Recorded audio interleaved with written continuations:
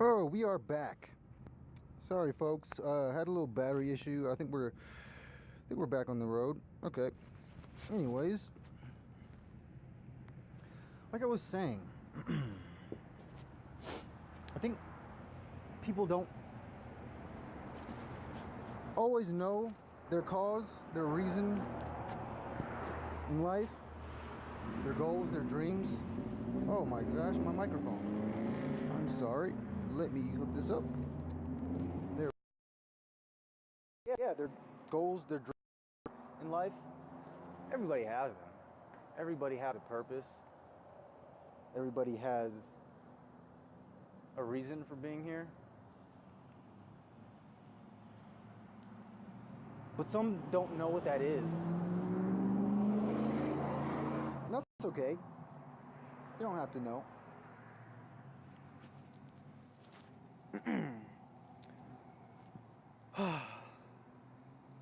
But I don't think we give people opportunity to show or to give options to tell people what they're capable of and what they can do. I think there's a lot of squandered talent being wasted every day.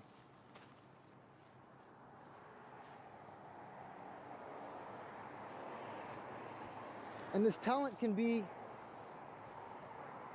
from any walk of life, old, young, poor, rich, whatever. People need a purpose. We really don't have a good, open, free way of giving people purpose.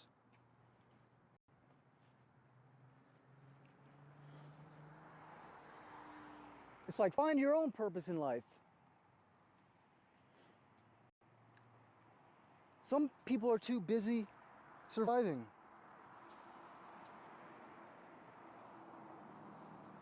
The purpose is just to live, just to keep going. The world can be tough. The world can be a tough place sometimes. I get it, but I don't get why we don't want to help people. I don't really understand how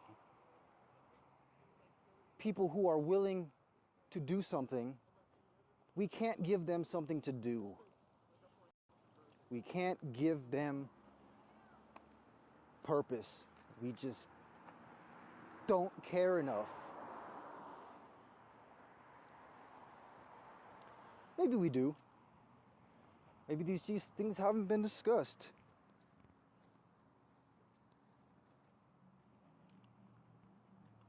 I personally believe everybody should be able to wake up, say, I want to do something today. Go somewhere, and somebody will have something for them to do. And if that means they get paid, or they get food stamps, or they get rent tickets, they can pay their rent. No one should have to sit at home because they can't get a job. It doesn't make sense. If you just lined up every person who wants to do something with their day, I would have something for them to do. I would easily say, hey, come on, all you people, come and just build something. I don't know. Let's do something. If I had the money, I'd pay you too. I'd pay you to do stuff.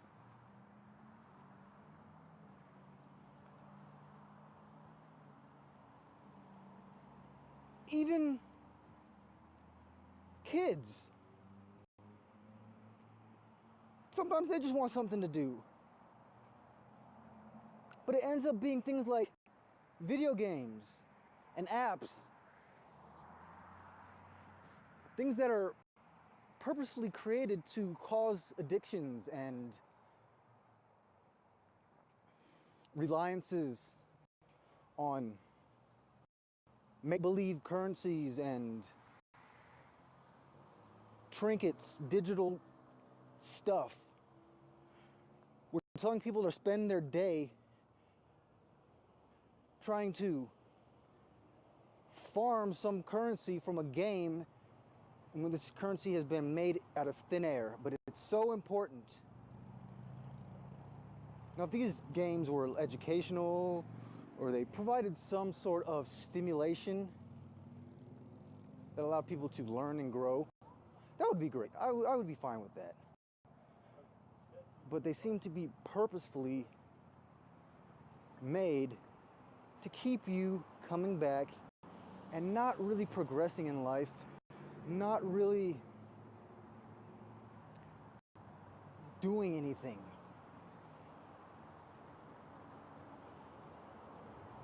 This goes for adults too. Me, I'm a gamer. I've had my times of gaming, and it's a real challenge if I'm stuck playing a game and I'm addicted to this game. I know I have intelligence. I know I can be doing something important. But this game keeps me sucked in. I have to keep playing it. I just have to keep playing this game.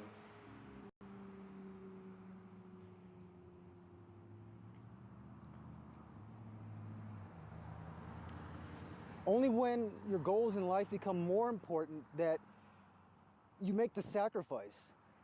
It's fun to play all day. It is. It really is. But what happens to me is the same thing with other jobs.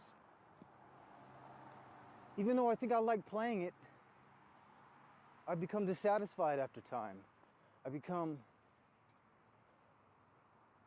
engrossed in what I'm doing, and I do it just because that's what I do. At times it's almost as if I lost my goals, my dreams for a while, and I forgot what they were because I've been distracted for so long doing something else.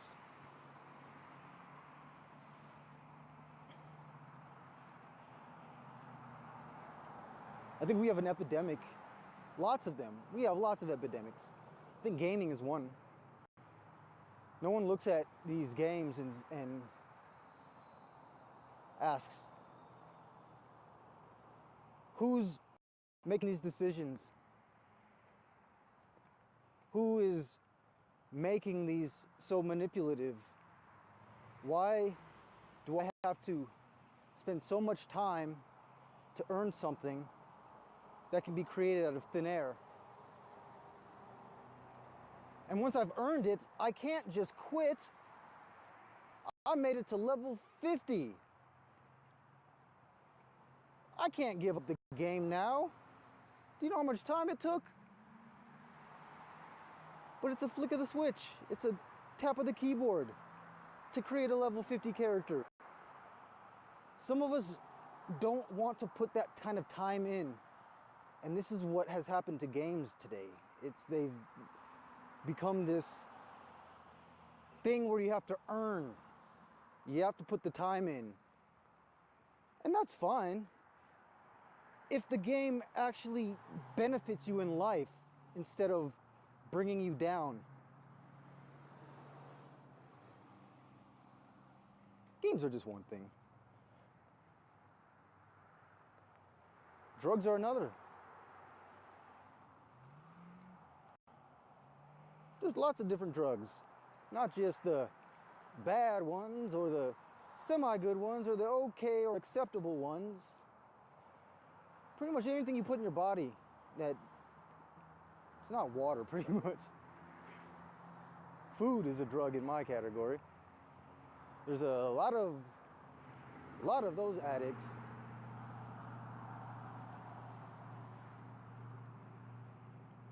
It all comes down to a very essential thing: pleasure and pain, where we just try to avoid pain and maximize pleasure. There's all sorts of forms of pleasure, a lot of them short-term.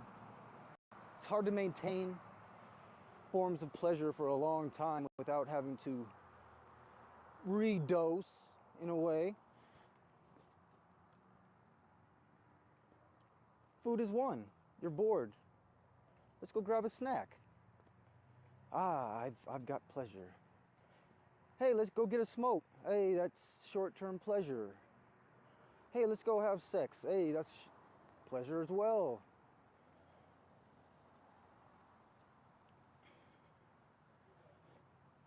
Until it becomes something where we're not balanced with our pleasure. We may eat because we think it'll give us pleasure. In the end, it doesn't. We may play a game, take drugs, but we become more numb to the pleasure it gives.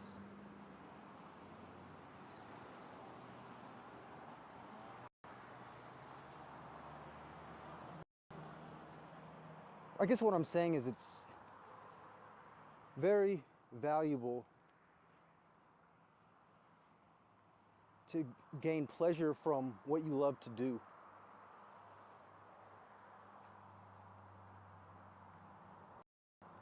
And everybody gets bored, everybody gets tired, everybody wants to just take a break and get some form of pleasure. I get it. I'm the same way.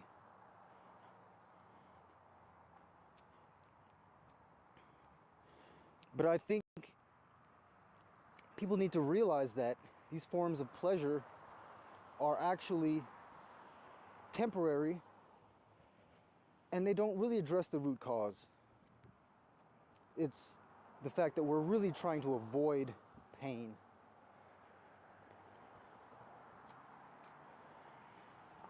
You know, a lot of people have issues. I know. I think that's why we're all here. We're all here to learn what we've buried away, what we don't want to face.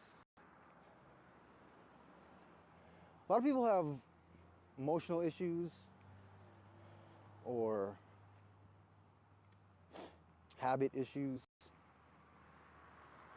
To me, it all comes down to this pleasure and pain concept.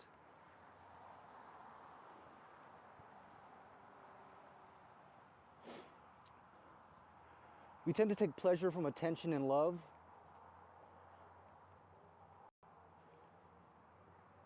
Looking outside of ourselves for some acknowledgement or attention. And we felt good at times when we got that attention and we got that love and we've been recognized. And we probably all felt the pain of not being recognized or being made fun of, embarrassed, shamed. Doesn't feel good at all.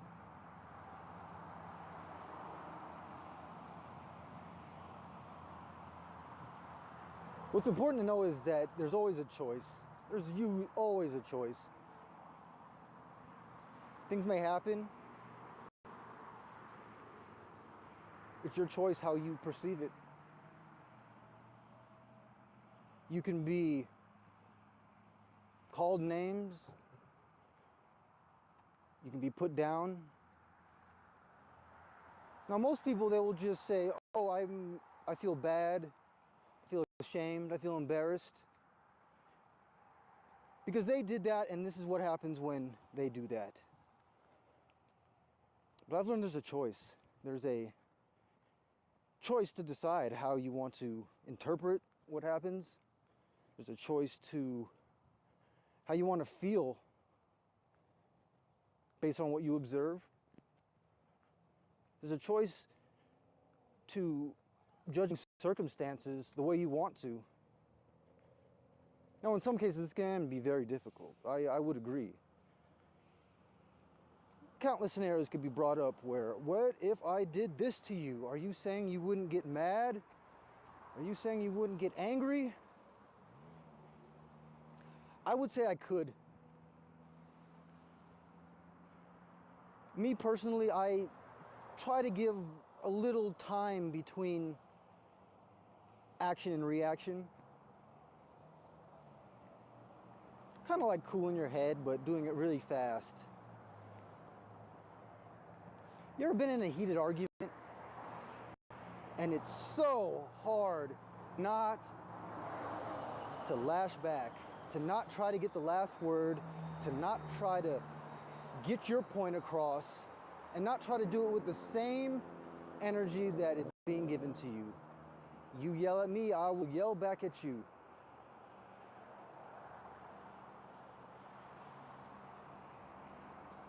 Confrontations and arguments are very difficult for you to control on your own. It's almost a skill, keeping your cool and not allowing yourself to be, how can I say this? Not allowing yourself to be riled up. Because most likely we're going to say something we didn't want to say. Most likely, once we think about it, we're going to have a cool head and say, you know what, I was kind of emotional at the time and reactional. These things happen. I know, they all happen. But even after the argument, it's like there's that burning angers in a way. It still stands out. And it's another form of emotional trauma. One important thing that I've realized is very high emotional events to very strong memories. It's hard to forget when you were really emotional, whether that's anger, sadness, fear, you name it. They end up being anchor points in our lives that if we, in a way, don't go back and repair it, it becomes something we hold on to constantly and refer back to and justify. This happened to me, and I felt this way, and I was hurt. But if you realize that if you don't allow it to be a very high emotional moment, it's not going to have the same impact. Now, this goes for positive and negative. If you are in a situation where you're very angry, scared, sad, mad, I guess angry too, just realize this is possibly going to be a big memory in your mind in the future. I might have an argument with somebody and I don't want to feel bad later on. So I'll have to mentally make the choice to not get too emotional, to use my reason and logic to,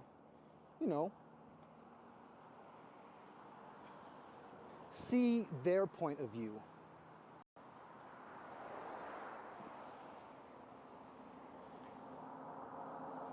I think it's a very good skill to be able to put yourself in other people's shoes.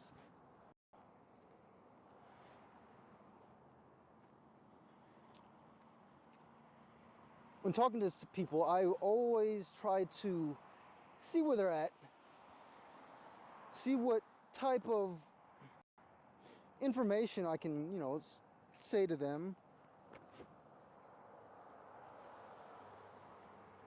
Some information might make one upset.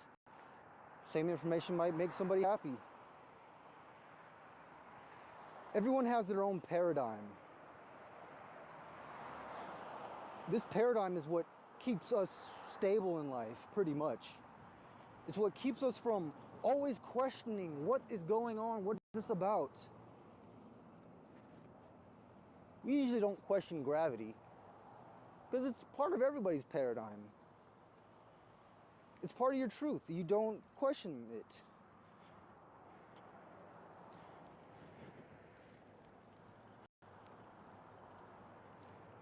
This gets into beliefs. Beliefs and paradigms are very much in the same category.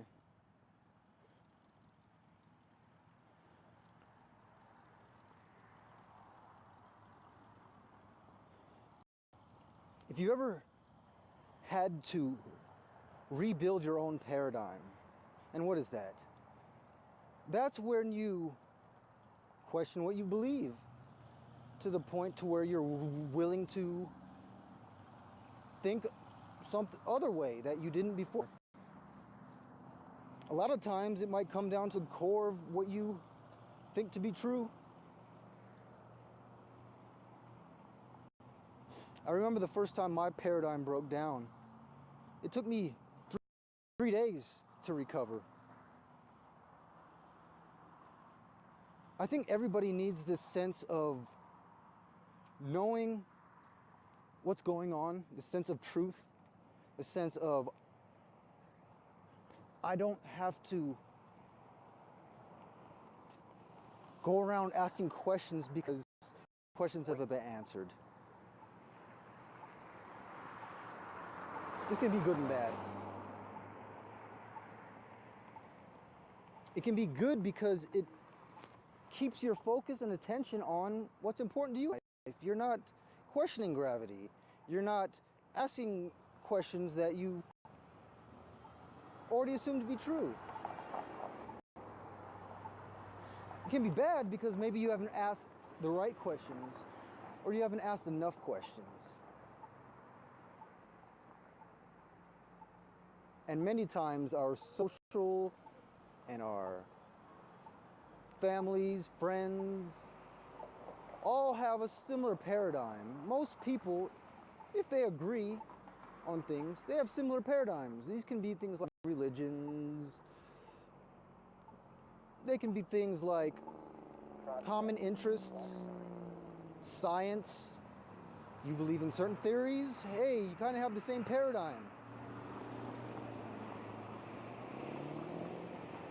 When general relativity came out, that was a huge paradigm shift. Many couldn't make the jump initially. It was too far stretched, too way out there. No one had really questioned the fundamental aspects of physics to the degree that Einstein did.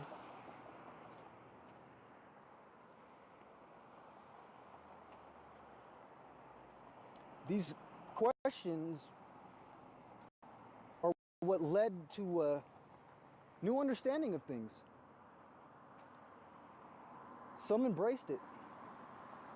Some absolutely did not. This is where we come to how flexible is your paradigm. How easily can you maneuver into a new way of thinking without your life coming crashing down and you being forced to either reject new information or embrace it.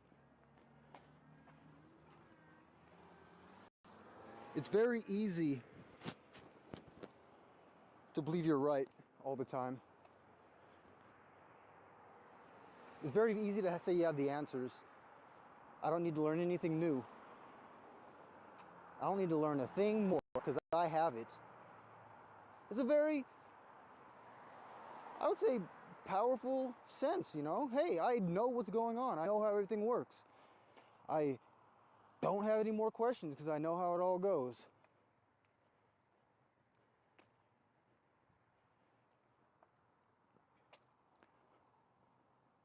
It's foundations of faith and trust, truth.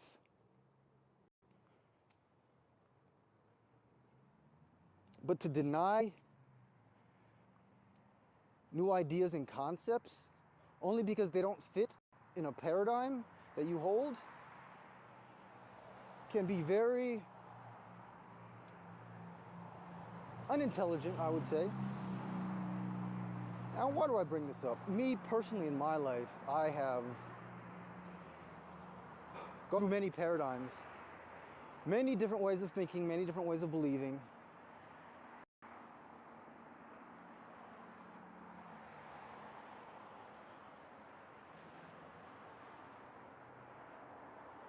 After each time that I had to modify what I thought was true and how I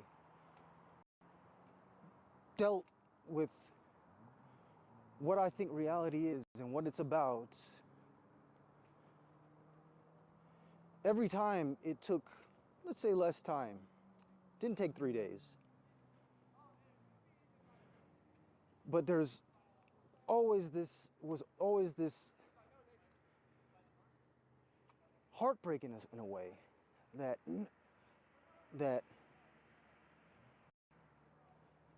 I know I don't know everything, but I wish I did. And if I can just keep my old paradigm, I can just keep the illusion that I know everything. Or not that I know everything, but I know enough that I don't need to know more.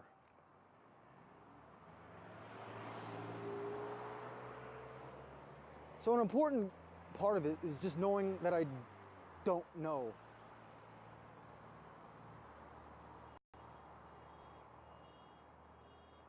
And now I can be an investigator.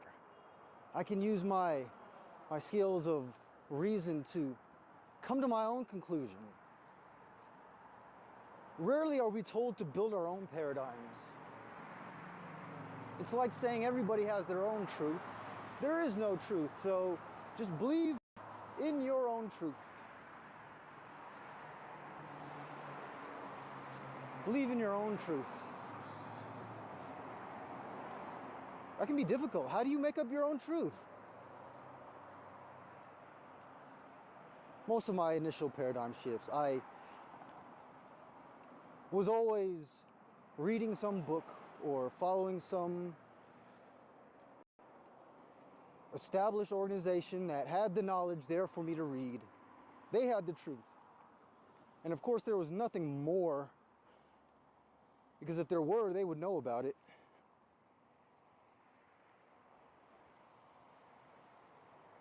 You tend to take perspectives that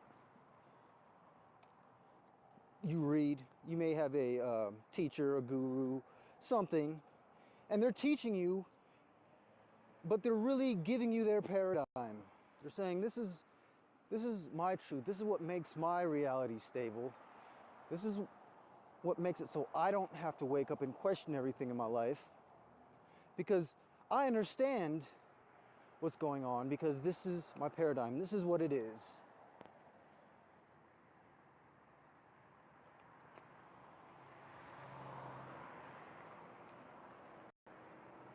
We always have to have a paradigm or we're lost. It's like hanging from a vine. You're never gonna let go of a vine. You can hold on to one or two or maybe more, but if you let go, you're gonna drop. So I found myself swinging from vine to vine, every time feeling that I was misled or wasn't being told what I could have or should have, feeling that I had to question things for myself and switch to another vine. But I'm still hanging on to the vine. And this is not a vine that I created. It's some other vine that's there. It's just there.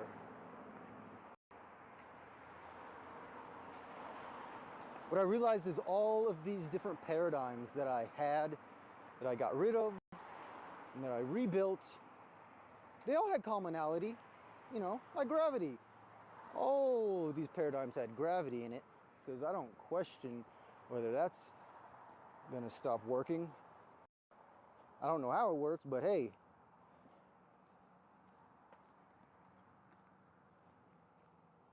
So the most powerful thing for me was that I need to build my own custom paradigm.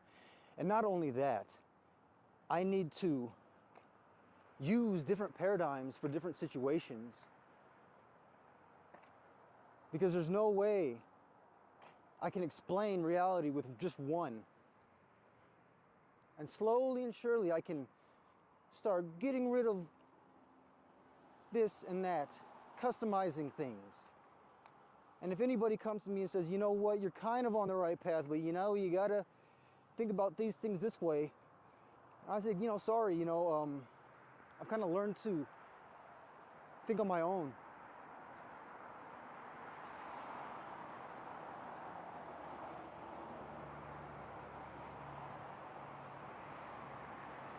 So when I say step into somebody else's shoes, you have to be able to step into their paradigm as well.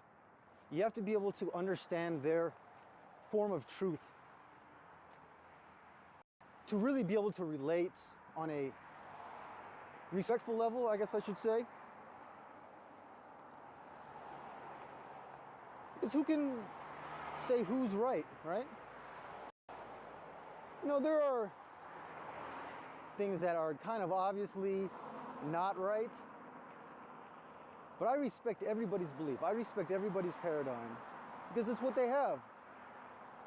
But I don't think people realize that most likely they're holding on to a collective paradigm, a group paradigm that has restrictions, has certain no-no areas. You don't think about that. Don't even go there because that's not part of this paradigm. So we don't even consider these types of ideas or things. It's a very easy way to maintain not only your paradigm, because obviously if you considered these things, you'd have to consider switching what your truth is. But it's also to keep everybody in the same path, in the same circle. Keep everybody kind of thinking the same way. So we can move on, so we don't have to question things anymore. We don't have to look at the foundations of our beliefs and say, hey, did we mess up somewhere?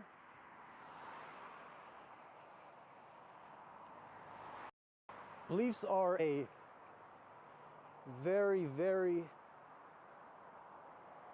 powerful thing, I would say. And it's very hard to change core beliefs. Think of it like pickup sticks. You drop a whole bunch of sticks and you play the game of pickup sticks. And of course, you have to pick up a stick without moving another stick. They're like beliefs. Sure, you have the beliefs that are easy to modify and move. They're on the top. You know, hey, I heard that being a vegetarian is healthy. Yeah, that's just a way of thinking, right? Well, I can just try it out. Well, maybe it works for you, maybe it doesn't. That's an easy stick on the top. You can just poke out, right? Maybe it's not. But we have a lot of sticks at the bottom. And if somebody wants to try to nudge a stick at the bottom, it's going to cause a cascade of other sticks moving around. It's belief on top of belief on top of belief. The ones that are bottom are very difficult to modify, change, alter.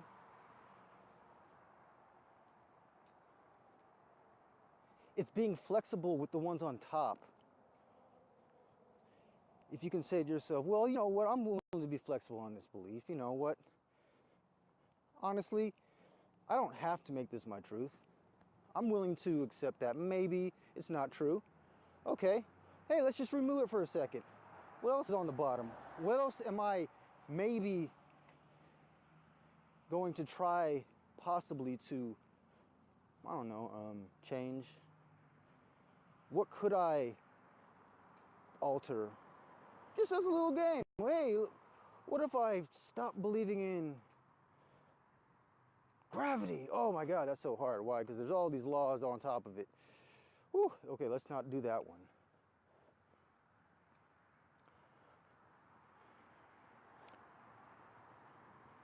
Being able to put yourself in somebody else's shoes is being able to understand their paradigm. And being able to understand their paradigm means you have to understand multiple paradigms.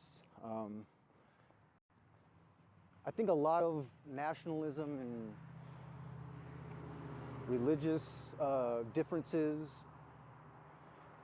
simply come from the fact that not only do they not understand the other's paradigm, but they're not even willing to attempt to understand it.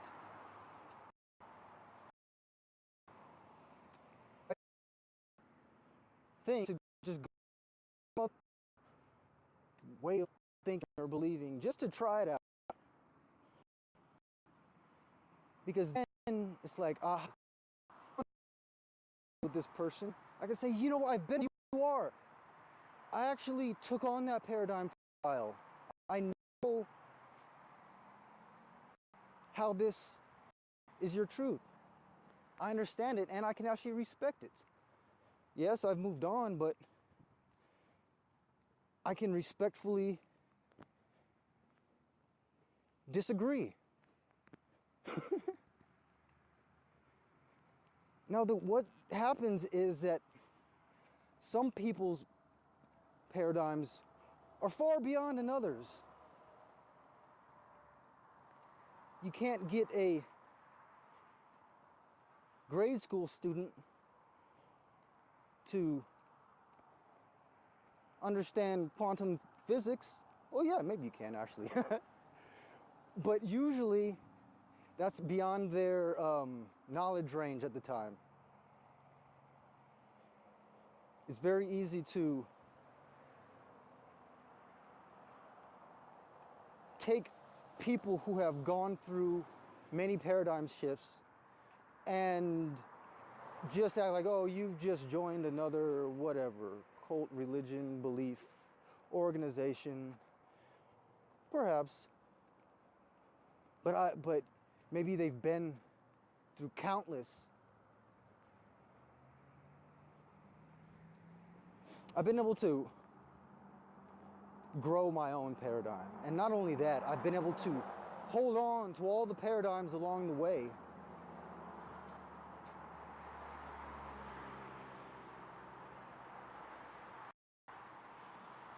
And I've realized situations demand different ways of thinking. Being able to think of things in a certain way for a certain circumstance and being able to let go of that and not hold on to it and say, hey, you know, that helped me. That helped me.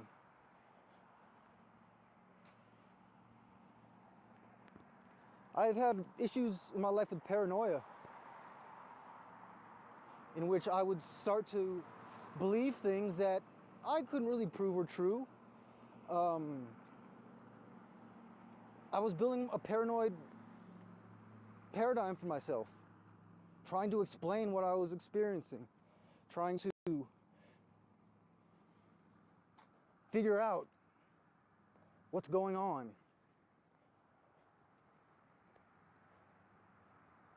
At a certain point in time, I realized it's not worth it. It wasn't worth it to hold on to a fear-based belief. Now, at a certain point in time, I kind of got rid of the fear, but the facts of the paranoia were still there. Still there.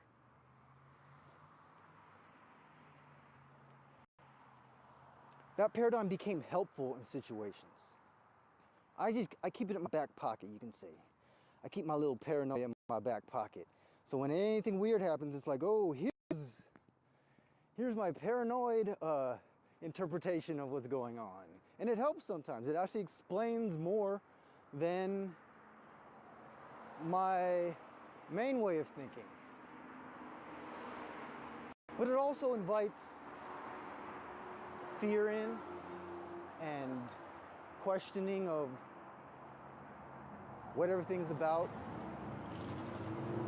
And I don't want to do that. No one does. That's the point of having a paradigm, is you don't have to figure things out every day.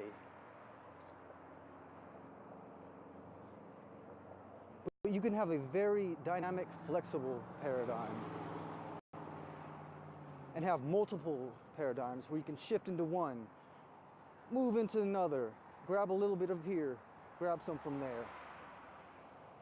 It's the most useful and powerful tool I have personally come to in my life.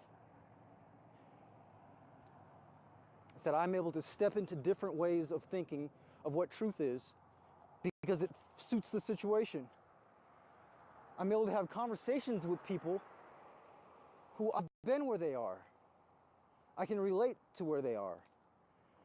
And I'm not going to push my paradigm on them because I know I wouldn't have wanted that done at the time I did. A lot of people want to go and push their paradigm on others. I think a paradigm is something that you create for yourself. Regardless of whether it's been given it to you, you create it for yourself.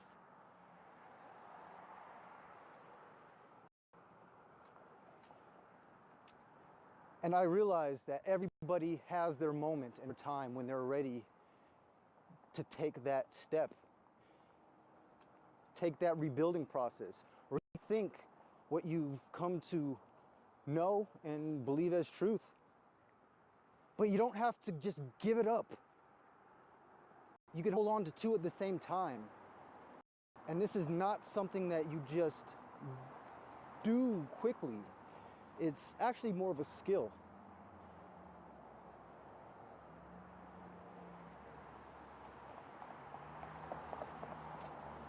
It also has this very necessity of being able to realize that multiple truths can exist at one time. It's like looking at something at a different angle. You might see something totally different. It's the same object coming from a different perspective. The more perspectives and angles you can see something at, the more you can realize that you're looking at the same thing.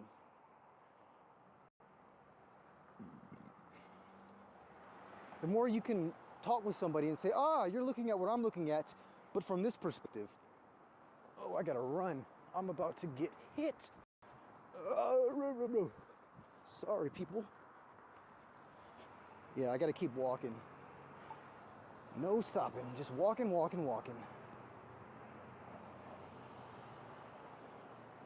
So if that means anything to anybody, a paradigm is what you get. And the more flexible and the more angles you have, the more perspectives you have, the more you can solidify a dynamic paradigm, which is kind of like non-intuitive. A paradigm is supposed to be rock solid. Never, ever, ever question your paradigm, because that's what keeps you stable.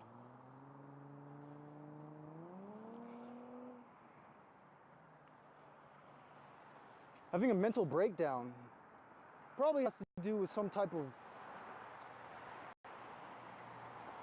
paradigm shift. Having brand new information thrown in your face, forced upon you in a very quick manner can be very detrimental to someone who has a rock solid paradigm. At the same time, great acts of faith and miracles can happen if you have a rock solid paradigm because you don't question it. It's not even debatable. That's the level of faith that you might have.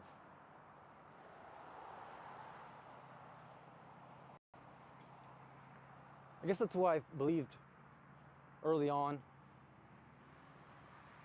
that every time I switch from one way of thinking and believing to another, I had to miss my truth. Absolutely. How could I keep questioning what I'm believing? How unstable would I be if I'm constantly going from one belief to another, to another?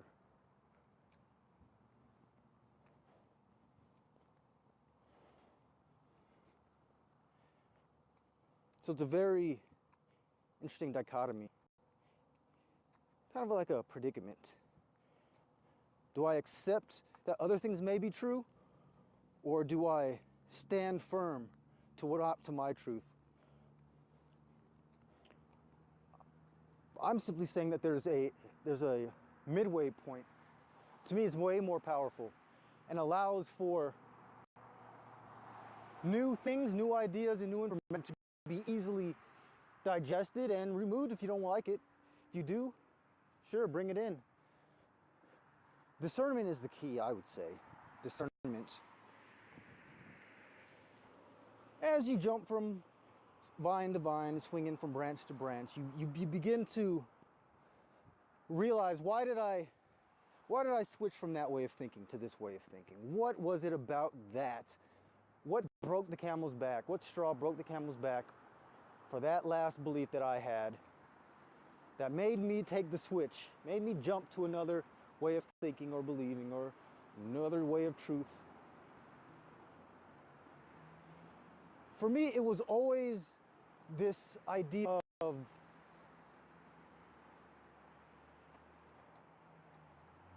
rules, I guess you can say. I guess a better way I can put it is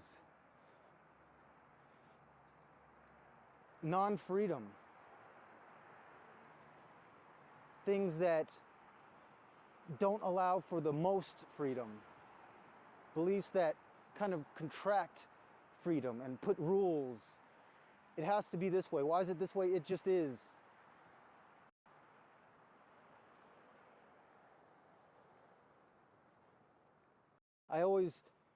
I've been telling myself lately that the best discernment is, what do you want to believe? If you had the choice,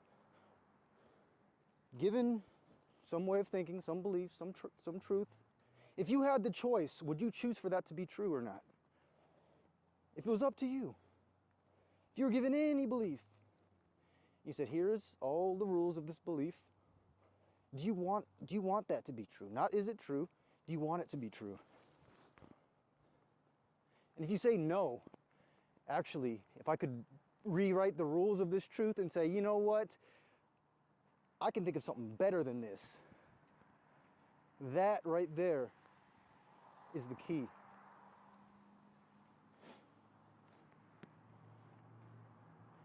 Truly asking yourself, do you want this to be true?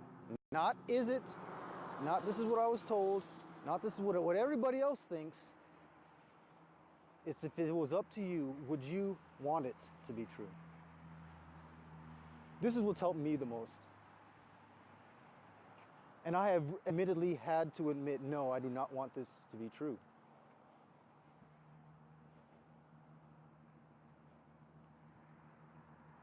That can go pretty far. Because obviously, if I give you the truth that you're gonna grow old and die, what would you say to that? You'd be like, no. Psst. If it was up to me, I'd be like, no, I'm not gonna grow up and die, old and die. I don't want that to be true. Yeah, until you're like 100 and you're like, okay, I just want to die. Who knows? I think no one wants to live forever. I think eternity is way too long for any being to have to endure, especially in a reality like this one.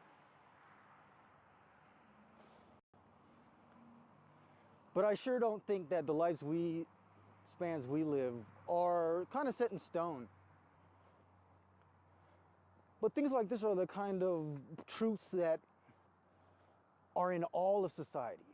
It's like it doesn't matter what religion, nationality, belief, idea of truth you have. There's some that pervade ideas of eventual death, ideas of the need for food and water, air. These are things we all pretty much believe in. Now, I would say that it's still a paradigm. There's nothing that's really not a paradigm. There's nothing that's not a belief. It's just these are things that are so buried deep, It's like the sticks on the bottom level. You can't question it. There's nobody out there who's questioning these types of thoughts. But if you can allow yourself to say, what if? What if? What if I could build up a crazy-ass weird paradigm where everything that I want to be true is true, and anything that I don't want is not true? Now, this is just a crazy paradigm that you're just inventing for yourself. Okay. It's a way of making a flexible paradigm. You got to bring it in and out when you just want to, what would it be like if everything that I wanted to be true was actual truth, and it wasn't the way that I'm told it's true? Just as a little experiment. It's like you'll find that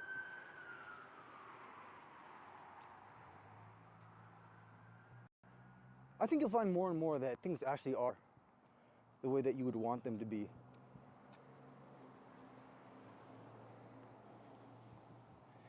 It's growing up to hear that God's a jealous God. He's so jealous. I believed it, of course. And it's not that it's not true. I can totally see how that's possible. Absolutely. In fact, I'll even entertain the idea. But it's not what I wanted to be true. I want it to be that way. I didn't want God to be jealous. I didn't want him to be angry, and I didn't want him, whatever. I didn't want God to be this wrathful presence that I had to be afraid of. I just didn't want it. I didn't question it. But I didn't know I didn't want it until I really started asking myself, what do I want? And of course, I didn't always just take it on as my new way of thinking. Of course, God's not vengeful and wrathful because I don't want it to be that way, and that's the truth now. Well, that doesn't sound that awesome. Actually, you kind of sound like an idiot saying that.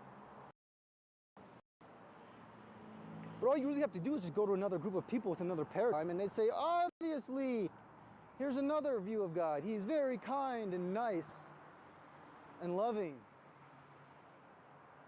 and would do anything for you. Oh, that feels so much better. You know what? I'm gonna go from this church to this church because they talk about God in a better way that I like.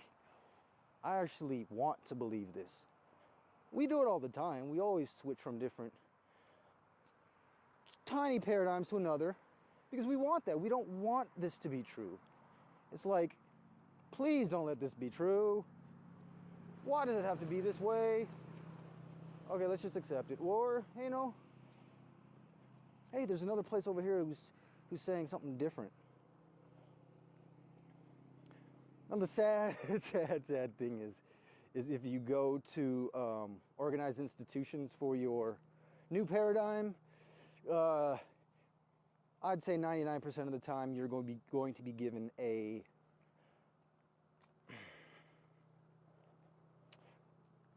paradigm that is not for you. It's not custom built for you.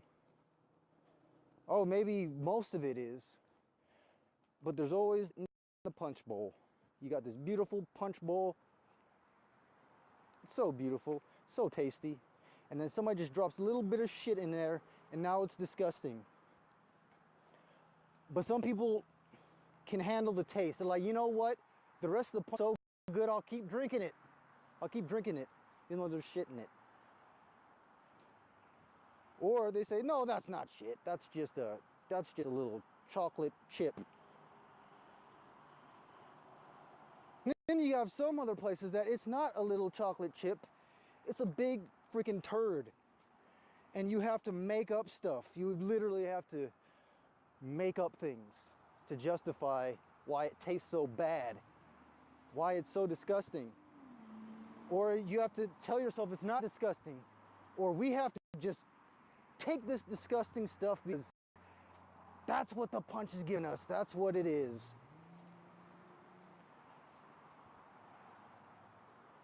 The point is, there's always going to be a bit of shit in the punch bowl. Every punch bowl has it. What's the punch bowl? These are established paradigms, accepted paradigms in society. Any organized religion, cult, belief system, whatever education system, science, there's always something tainted.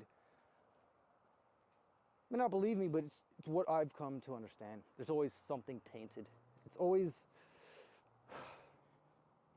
something a little bit wrong, and you just have to have that discernment to be like, okay, I see there's something wrong. So what has it been for me? You know, a lot of times it turns into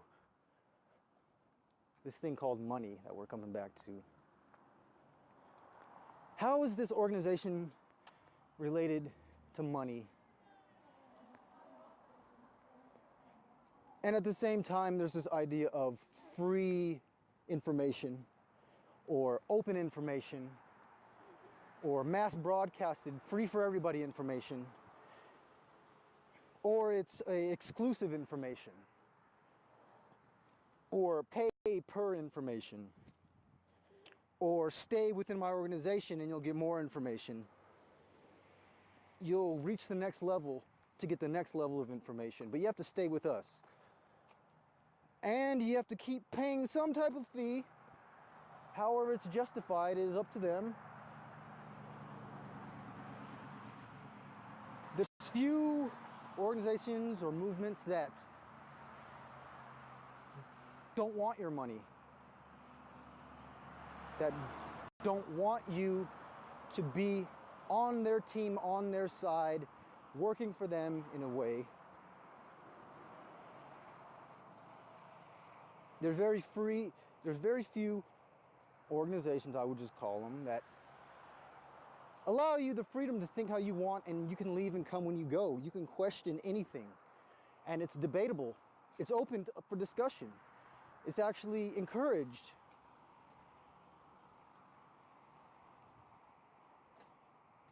There's also these ideas of leadership where the information is coming from one source, an unquestionable source that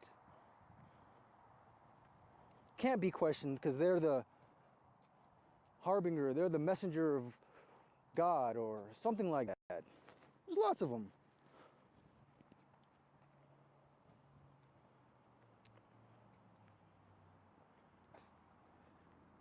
These are what I've noticed to be the shits in the punch bowl, sort of say. There's always something that has to do with hidden secret knowledge that only the ones who have been here the most, paid the price, they get to hear it. All information is not accessible. Now most I would say don't have that, in the sense that they don't tell you there's more information, or more information does not help the overall paradigm. In fact, a certain set of information and no new information was what keeps it stable. Sure, different ways of thinking about it, sure, different ways of looking at the same thing happen, but there is no sense of go out and learn, go read this new material, discover for yourself, find out what may not be true. Let's build a better truth based on questioning our own. Why? Because the establishment falls apart. Now everybody has their own custom paradigm. Nobody can agree anymore because nobody understands each other's paradigms. People can't realize that they always have a common one. There's always commonality between everybody and their thoughts and their thinking. But we don't allow ourselves to delve into those different ways because it's a threat to the organization. That's why it's so much easier for information to come from one source or a couple sources up at the top.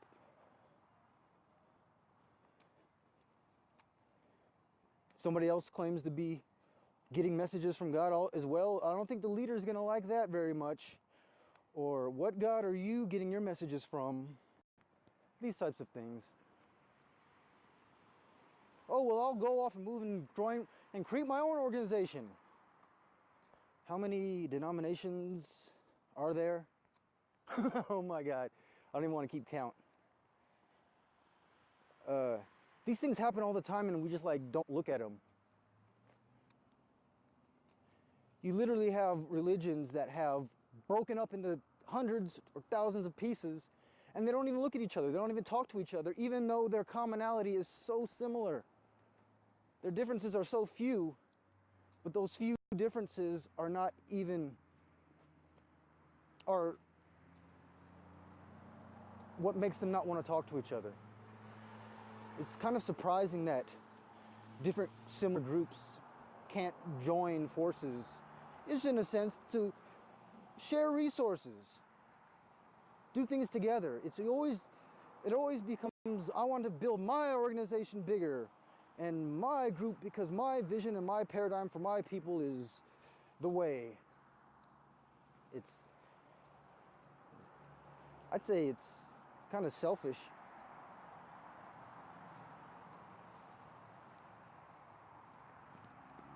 The big thing that I learned is that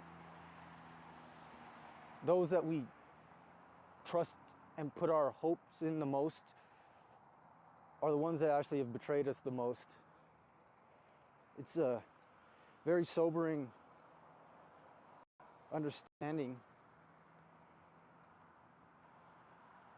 Most of the time things are so shrouded in a cloud of fog that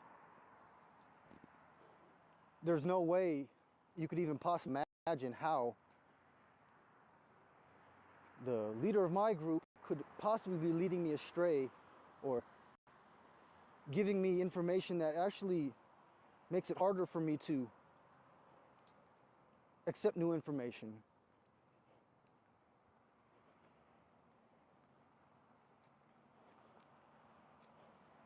I was very guarded, I guess, when it came to people coming to me and trying to, push their beliefs on me at a certain point. At times I would get angry or I would get very I almost felt like I had to do something. Like I have to do something about you people and you're teaching them this and we need to stop this. That was a long time ago. Well, for me it was. To me, it's just me understanding. And just me being grateful when I come across these types of situations that I can not only understand you and exactly where you're coming from, but I can move beyond. And I can say, hey, there's this other way of thinking too. And hey, there's this other way. Have you ever dabbled in these ideas before? That's kind of cool for certain circumstances. And how is this for certain circumstances? I'm sorry. Certain circumstances. Why are different paradigms important for different circumstances? I can't explain reality to you. As much as I think I figured things out. Something else comes up and just blows it out of the water. I don't know if there is a true understanding of reality. I don't know if you can actually, truly, 100% tell me what this is all about, what's really going on, what's important, what's not, who's wrong, who's right. I can't do it. As much as I've tried, I can't. The best I can do is have different ways of thinking in different circumstances.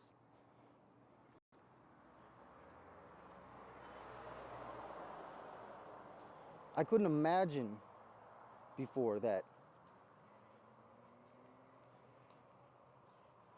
somebody I trusted very deeply has lied to me, for instance. I think we've all experienced this in some way or another. It becomes painful once you discover the deceit.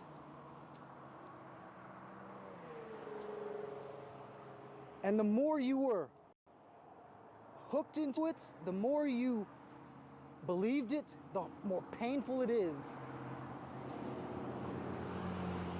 It can get to the point where, because you don't want to even think about the pain that it would cause, the betrayal that has happened. Words can't even describe how painful it is to put all your trust into something, someone, and to have it be something totally different.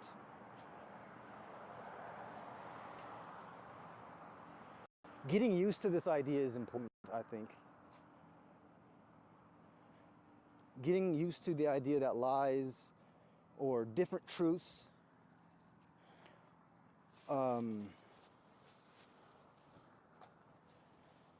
being perpetuated again, purposefully. Maybe not, actually. It's a very tricky question when you say, are they purposefully lying to me? Are they lying on purpose? I think we live in a world where most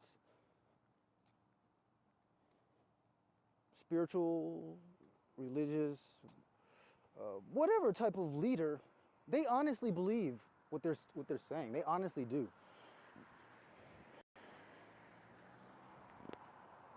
If you walked up to them and say, do you truly believe that? They say, without a shadow of a doubt.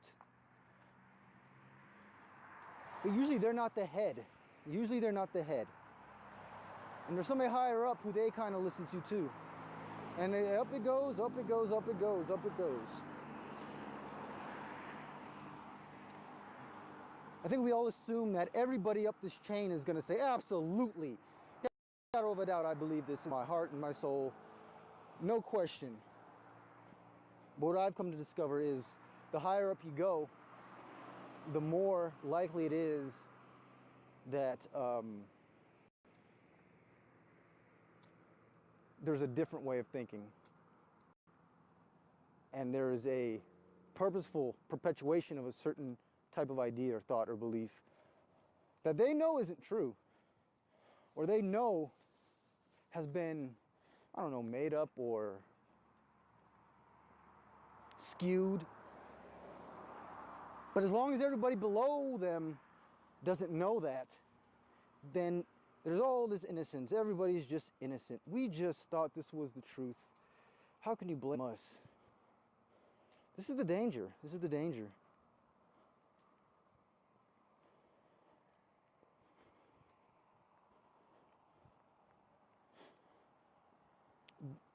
Pyramidal structures and organizations are always there. Few organizations have a different type of structure, especially one that's very flat and has no leadership. It tends to be that the higher you get in this pyramid, the more secrets and the more manipulation and the more flat out lying there is. Flat out.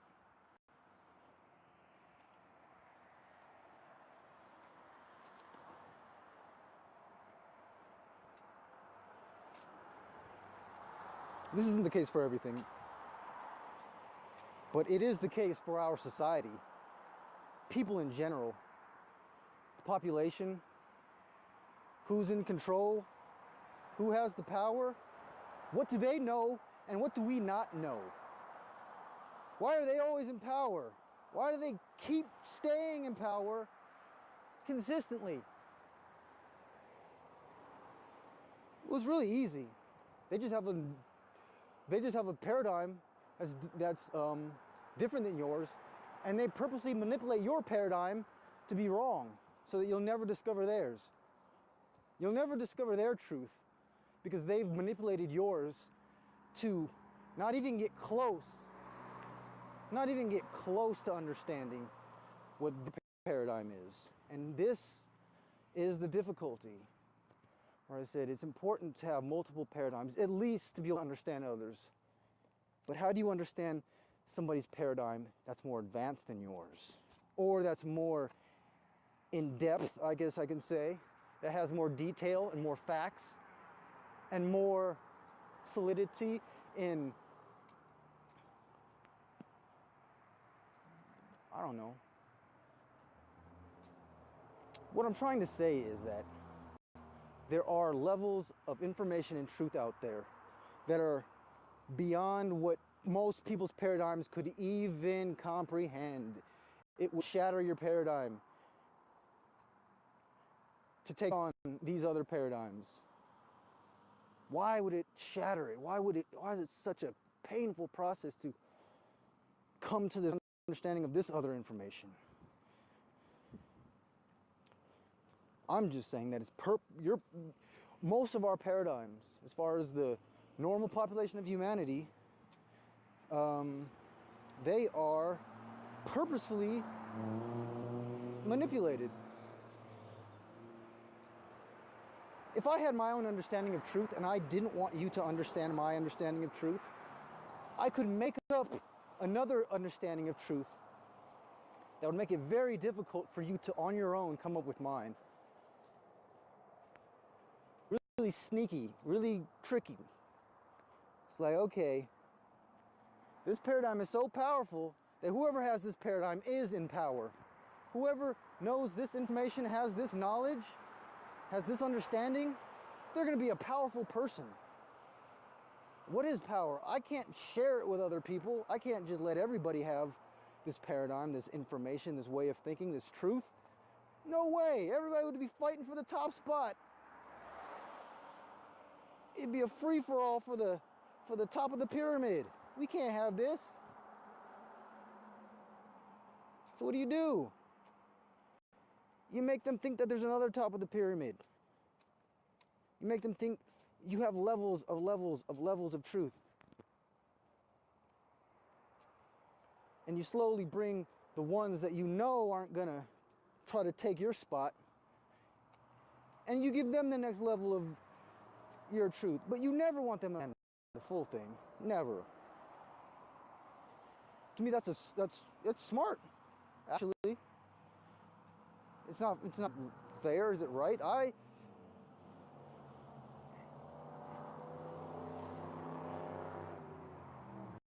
I would say it was a way of doing things. Keeping secrets,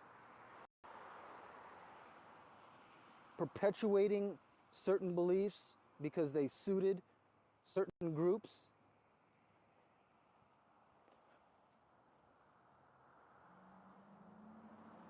It worked.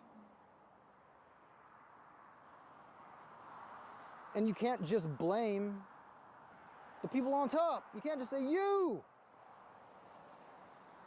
have taken advantage of us. You have lied to us. You have done all these things to us. And we hate you. Well, yeah, you can hate them. That's fine. But the reality is they can turn around and say, you know what? You let us do this. You never questioned this for a moment. You never even batted your eye to this.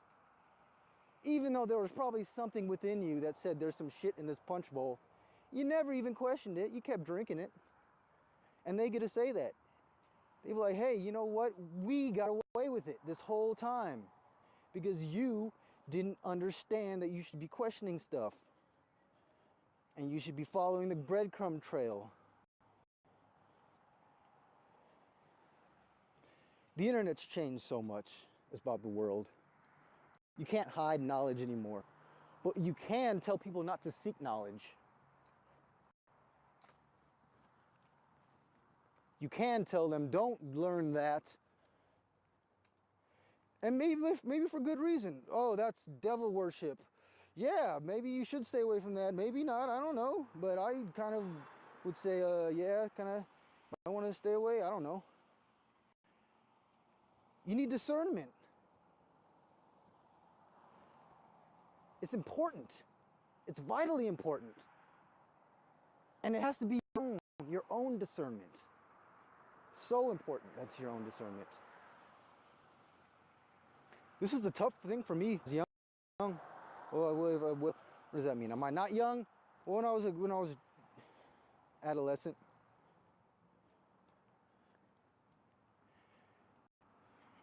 Most parents will raise their kid with their paradigm. And of course your child's not questioning your paradigm. How dare you question what I've come to know to be true? You have to go through the learning process of what I learned and do things the way I did. That's the jacked up thing about being a kid, is you got to deal with whatever your parents got for you. Whatever beliefs your parents have, you have to deal with it. You have to be raised in that. And it only comes down to how much freedom of thought does a parent give their child. Now, pure freedom of thought is like, well, you know, we have to raise this kid to be good, do the right thing.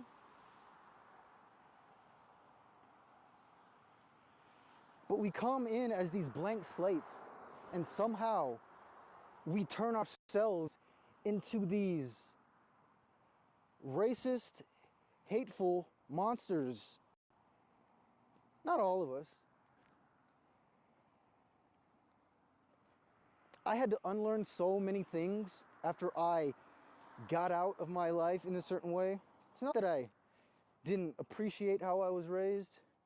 In fact, I had different stages in which different forms of paradigms and beliefs were taught, and I had to accept what I was given. But something crucial happened when I was around 21, as I left my hometown. I escaped from the bubble, the paradigm bubble of my family and peer, or what it was pretty much my family, to where I couldn't question things. Not when I'm around my family. I couldn't go solo in my own investigative journey. But once I left, I began to study. I began to just learn things. I began to find out certain things that really disgusted me, made me feel betrayed, made me wonder how else or where else I had been betrayed, how else I had been lied to. And I wanted answers. I wanted justice. I was angry. I was upset.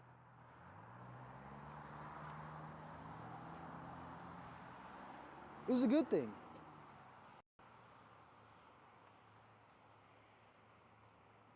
Like I said, it was my first paradigm breakdown.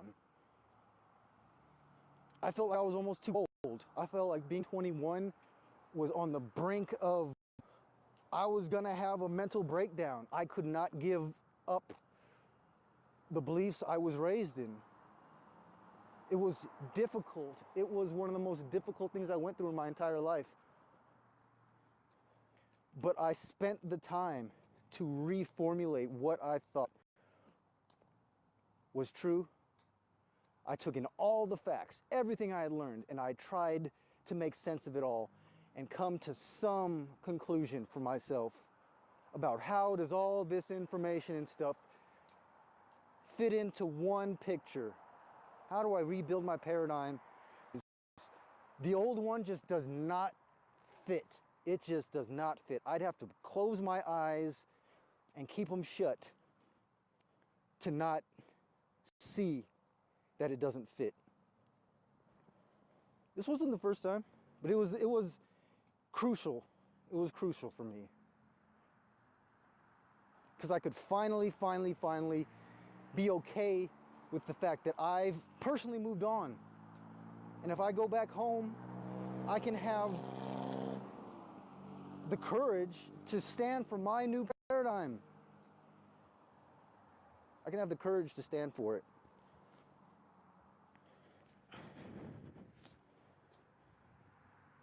Now, I didn't want to go and just spew my whole conspiracy theories to the world because I learned the truth. You know, there was times where I wanted to educate people. I think there's some crucial facts, crucial things, crucial pieces of information that either you have to accept or deny, and absolutely deny and reject. There are some things where it's just black and white. I can say, hey, this happened, and you either, this is going to affect your reality. This is going to affect your beliefs and your paradigm if you take it as true. And what would happen? Absolute no way that ever happened. No way I could ever accept that. Not me. I'm telling somebody else, and they say, no way. No way that happened. No way this is true. No way this is going on. No way in hell. There's just no way. And you say, well, just consider it. Just think about what if. No way. This is the type of paradigm, rock solid paradigm, that gets in the way of seeing what's probably going on in the world. It makes it very difficult to cope with evolving information and new revelations and trying to explain it in some way. You have to be able to postulate the thinkable, I guess you can say.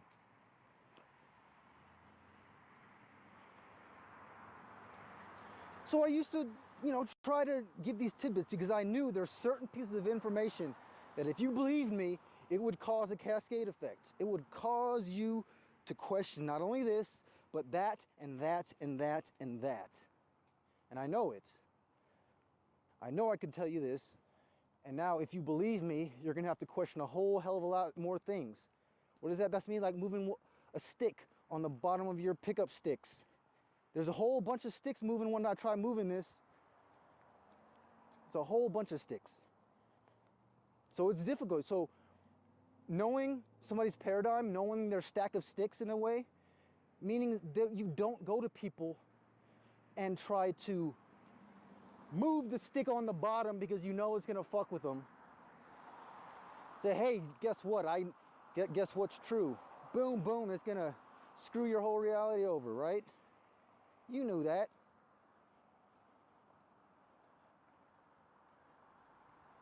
But there's some sticks that need to be moved. It's just time.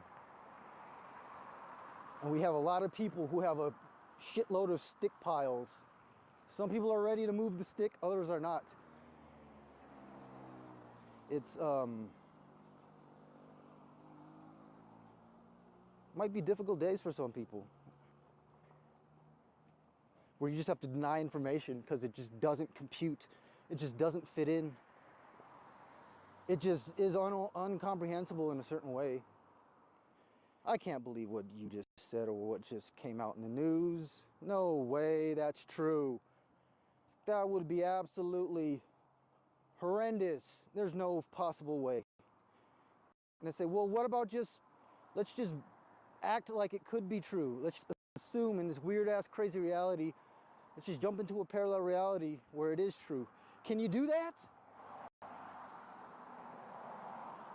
That's the question. Can you do that? Can you entertain the fact that it might be true? Can you entertain the fact that something that you would never want to ever consider to be true might be? It's tough, it's painful. And if it's the first time you've ever had to really question your own beliefs, your own truth, your own paradigm, it can be painful. And if you are relatively old, I don't know if it's possible. All I know is how difficult it was for me at 21. At 21, to question what I had believed and then move on to something else. Now, of course, we all rebuild our own paradigm. A lot of times, oh, maybe somebody moved from one religion to another. Now they're going to be educated in all the new rules of the new religion. They're going to be told all the different things that, now you have to believe this, and you have to believe this, and believe this. That's okay, I guess. In my case, I just taken all the facts that I learned and I just glued them all together into a weird, crazy belief system that fit everything together so that I could move on with my life.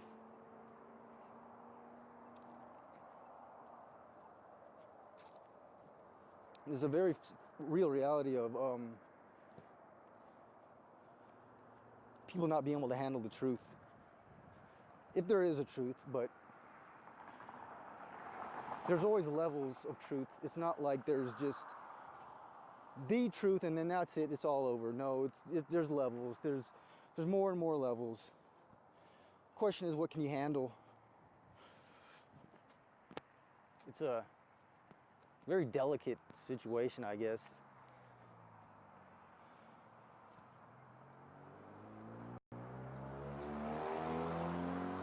Where people need to move on from their old kind of paradigms because it's just a necessity. It's just like it's a evolution kind of thing. The old paradigms just don't fit the new reality anymore. It just, they're being shaken. Everybody's paradigm's being shaken right now. That's where what once was a solid paradigm where, yes, I am solid on my belief, I'm unwavering and unchanging, that's where this shaking can be very dangerous because now it's going to come crumbling and crashing down at once at a certain point. Unless you just keep your eyes closed and like stick your head in the dirt.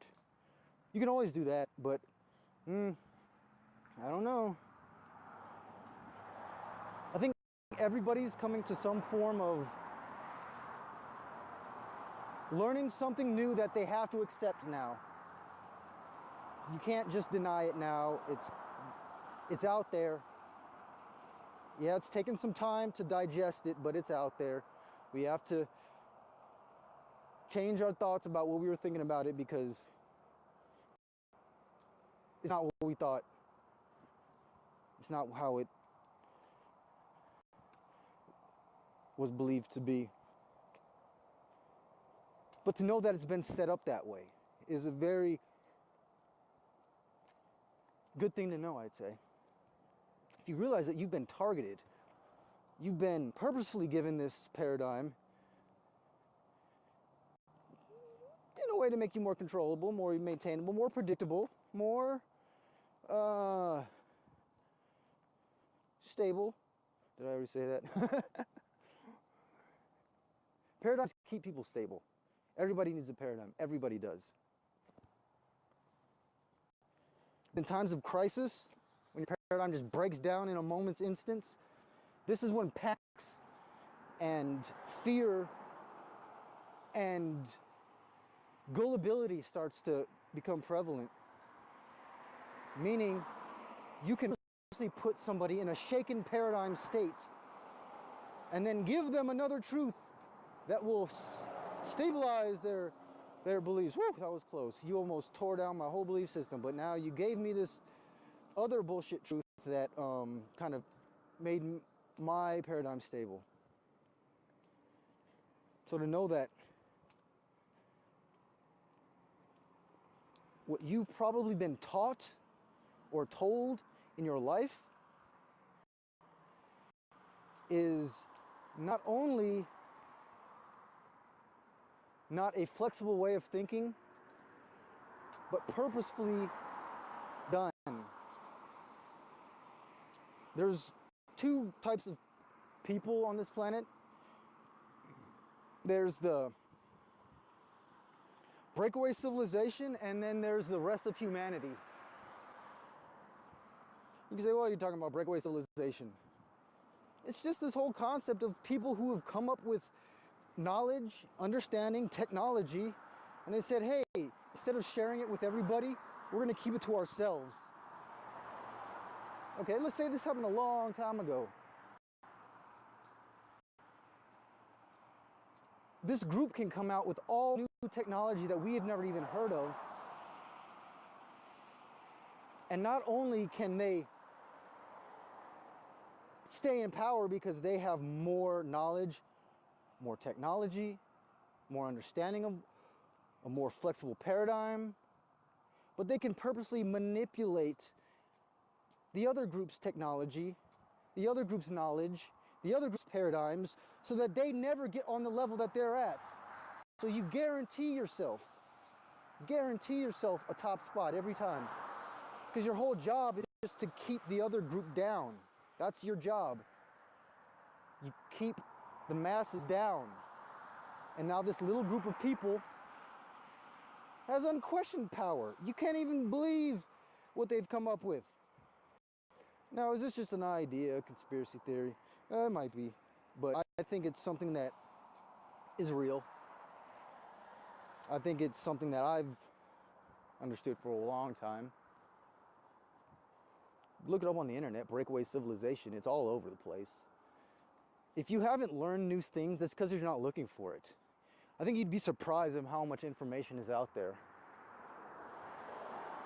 How did you come to know all this, Raja Masson? How did you come to know this? I just went on the internet.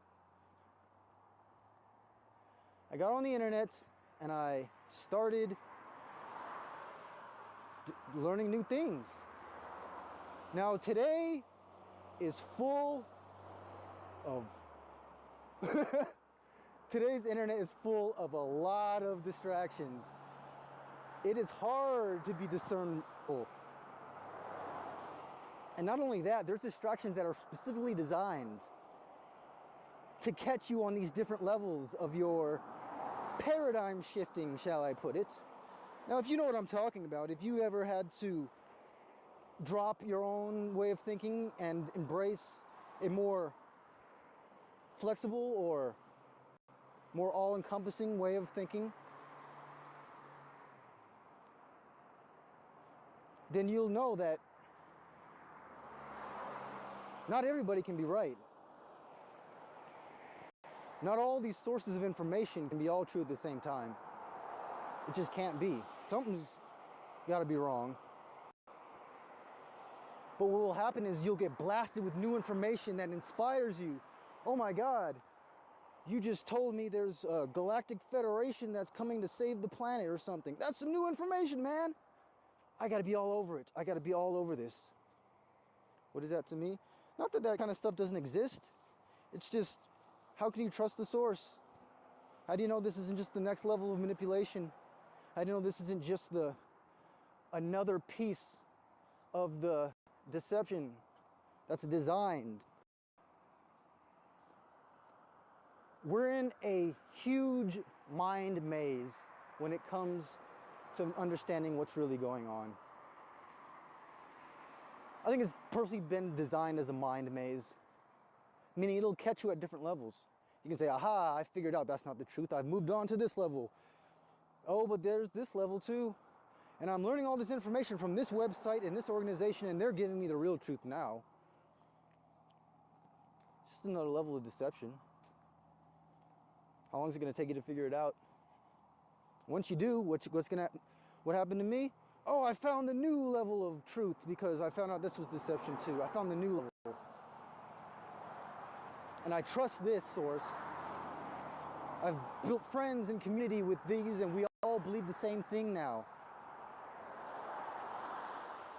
It's another level of deception. It's just, it offers more information. It's harder to deceive at this level, but it's easier to, how do I put it? It's easier to convince somebody of very weird and strange things.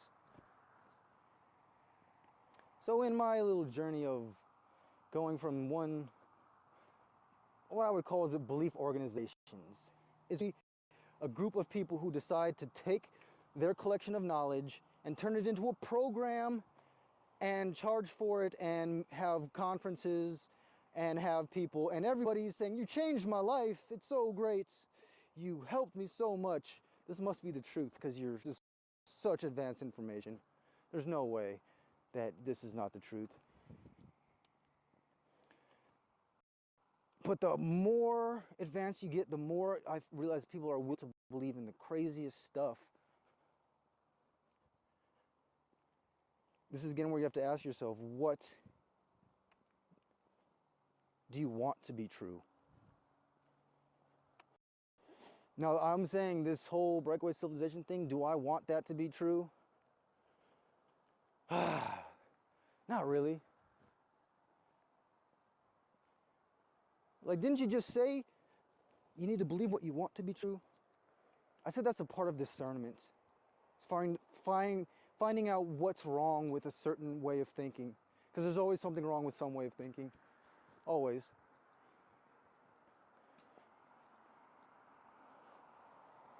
Even myself, I'm constantly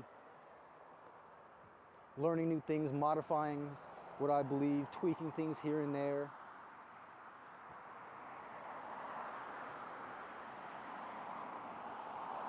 But once you become familiar with the information, nothing surprises you at a certain point. It's the same type of information just over and over again, or interpreted in a different way, which means the more paradigms you build, the more knowledge you get, the more understanding overall you have, the more angles you have on the same subject, the more you can stop having to break down what you believe and just start modifying just a little bit.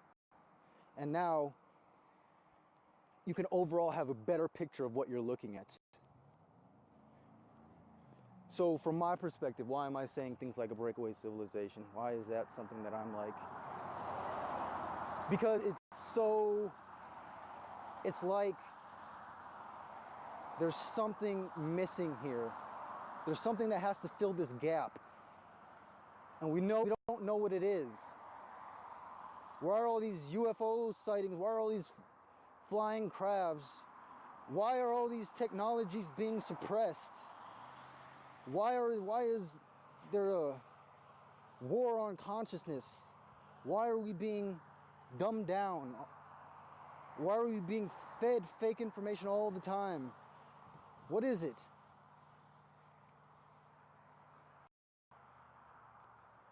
I don't say there's just some smarter group out there who's just pulling strings. It's very easy, but if you try to think about how they're doing it as terms of what you can understand, it's hard. I kind of think it's sad because, you know, I watched movies as a kid, futuristic movies. This is what it's going to look like in 2017, back in like the 90s or something. Oh my God, I had so high hopes for I'm like, we're gonna be driving flying cars by the time I'm 20, man. Shoot. We're gonna be going to the moon and Mars and going all these places, because that's what we were given. We were given these ideas of the future. What happened? Why don't we have flying cars? What the hell happened? Why aren't we even close? You can go back to the old black and white movies when they were talking about in the 70s they were going to be having spaceships and having robots and AI and stuff. What happened?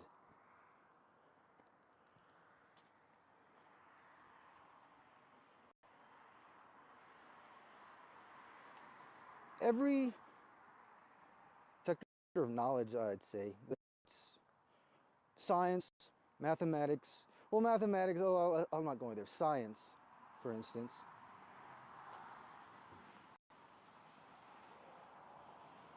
If you can keep just a certain piece of information away, then you can totally blind people from a whole sector of science.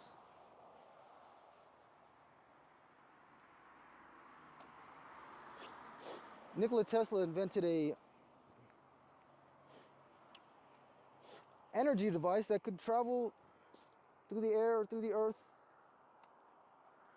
He came up with all types of energy efficient devices, but it didn't go according to the standard model of electricity. It was different. It was a new way of thinking in which you had to be able to come up with type of understanding, I guess.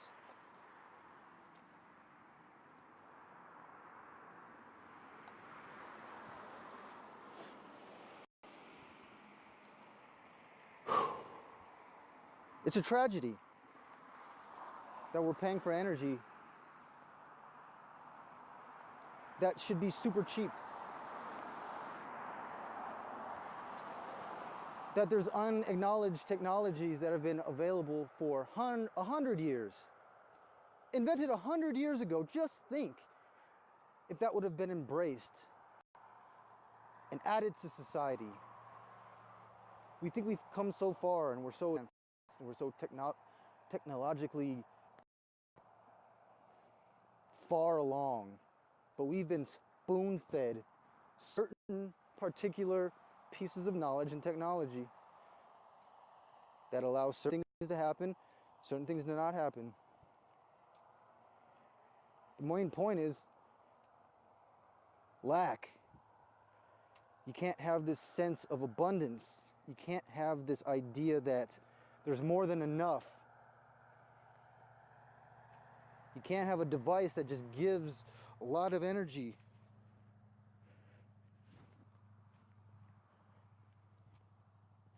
Why? Because you can't put a meter on it. You can't charge people. You can't control people. From a higher level perspective, it's brilliant. How do we keep people from being self-dependent and dependent on us so we can funnel all this work and all this effort to do our good, do our bidding? It's brilliant, right? How do we allow only certain technologies to be released and others to absolutely not be released? It's too free. It gives too much freedom. Too much freedom. So that brings me back to the original talk.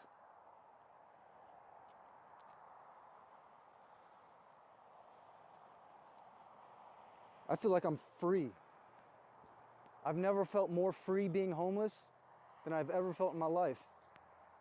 There's no one who can tell me I need to go anywhere. There's no one who can tell me I need to do something. There's no one who can tell me to do anything. Why? Because I've just cut everybody off. I'm like, no.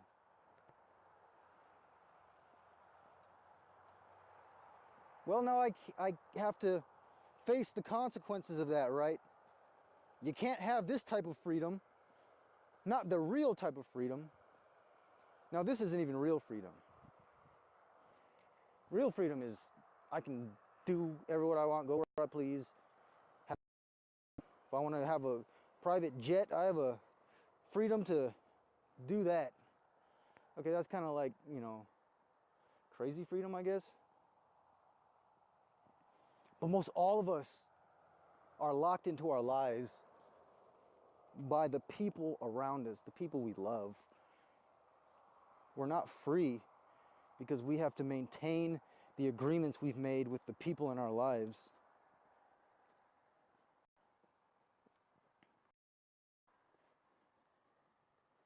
It's a very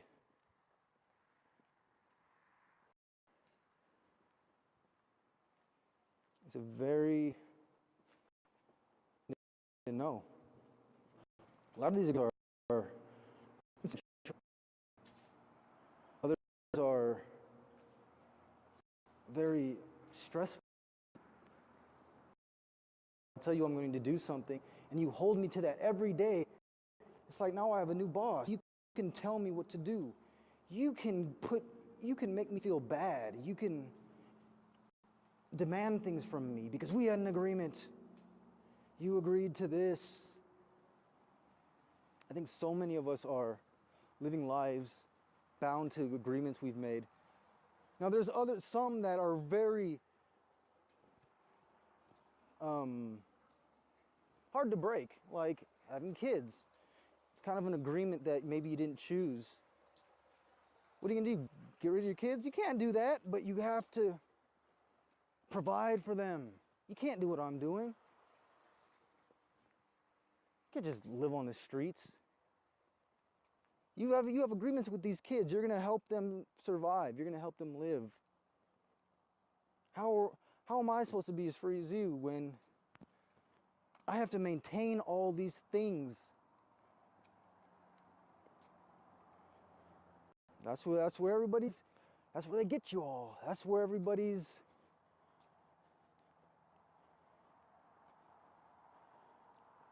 stuck.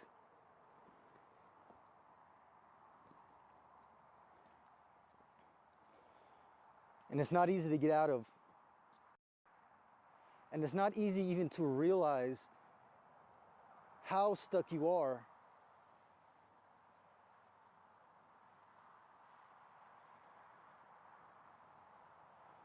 I had to get rid of a lot of relationships.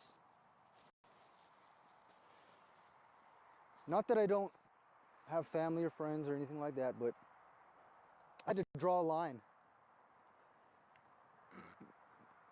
I had to draw a line and say, you only have a certain amount of influence over me. Everybody in my life.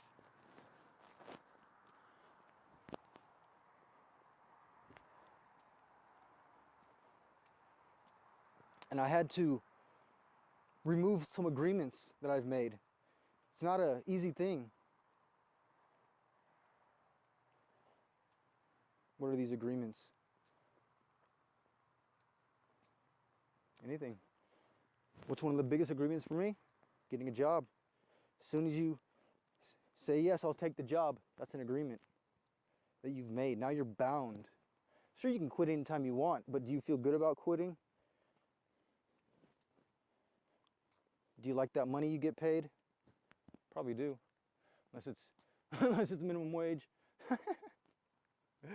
Oh boy.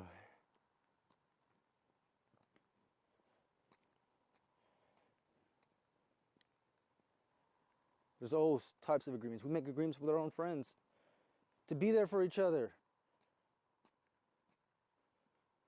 Oh, you didn't come to my event? How dare you?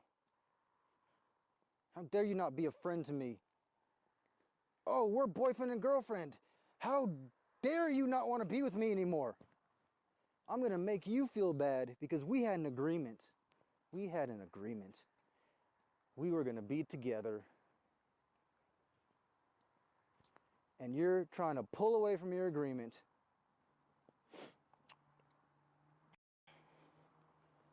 Agreements are one of the most sensitive events in my life now. I think, triple think, quadruple think every time I make some type of agreement, which I'm bound by my word. Of course, you don't always break agreements, but they're painful. It causes drama and trauma to break agreements. Some people cannot get out of their agreements. Some people are bound to their job for life, in a sense. They've made agreements where they cannot leave.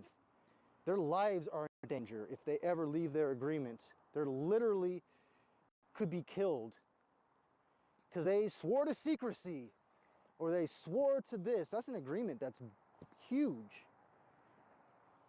How do these people feel? I can only imagine. What if I work for the CIA? What do you think they do after you leave? They keep track of you.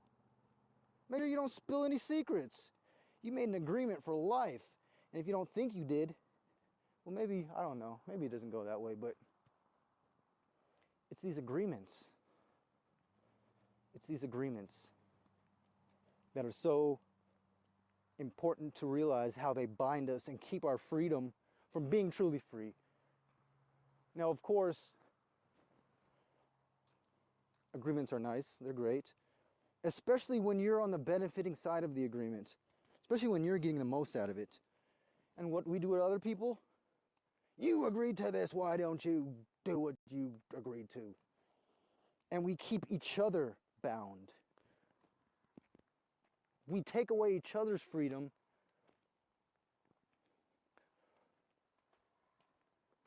because somebody feels unfair about an agreement that was made, and now you're getting the shorter end of the stick. Now I'm going to take your happiness away and say, you did this, now you're bound to this, and I'm going to keep hassling you, keep heckling you, because you agreed. Just like everything time you buy something, you're agreeing, especially when you use a credit card. And guess what gets to happen? Credit card company gets to come down, hey, pay your bill. You agreed to pay. You agreed. You signed that form. That's stressful. How many people are up into their neck in debt and they can't escape? They're depressed because they owe money. Why? They made an agreement. Every time they use that credit card, they're still doing an agreement. Well, I can't break that agreement. No way, I can't break that one. They're gonna come down. I don't pay my taxes. Oh my God, the IRS. You agreed to pay taxes by being a company or an employee. You agreed to pay taxes. So the big boys are gonna come down on you if you don't pay your taxes because you agreed. That's stressful. What if you can't pay them? What if you literally can't afford to come to this agreement? Well, that's where they get you. That's where it all comes in. Not only will they try to give you more agreements to agree to, but they'll also have all the reasons to hassle you and make you feel ashamed because you agreed. So for me, what's the most important moments to realize as you walk through life is what agreements do you make, with who, and why? And did you have to make that agreement? Why can't people have mutual, beneficial relationships? Marriage is the main ding-dong ingredient agreement. I will be with you for the rest of my life. Oh my God, that's a big one. I will love you forever and ever until we die. Woo-hoo! Are you getting yourself into something big or not? Like we all know the statistics. I don't even have to bring it up. I don't think I have to bring up how marriage is this thing that we just think it's the way it has to be. Historically, it makes sense. Today, it makes no sense. What's marriage to me? It's two people who value their at a certain point in time, and they agree on their mutual value. Say, for instance, the guy's rich and the girl's beautiful. Well, the guy's not as beautiful and the girl's not as rich, but the guy values her beauty and the woman values his wealth, so they mutually agree that we value each other relatively the same. So let's get married. Only thing is time. Time passes by, and either one of the two things happen, or things can happen. Either the girl gets less beautiful, or the guy gets less rich, or one or the other, and the value equation changes. Now all of a sudden one thinks they're more valuable than the other, and they're like, why did I agree to this? Or one evolves and becomes a better person while the other one stays who they are. And it's like, why did I agree to this? It was so equal back then. Now I value myself more than I value you. Our value is not equal.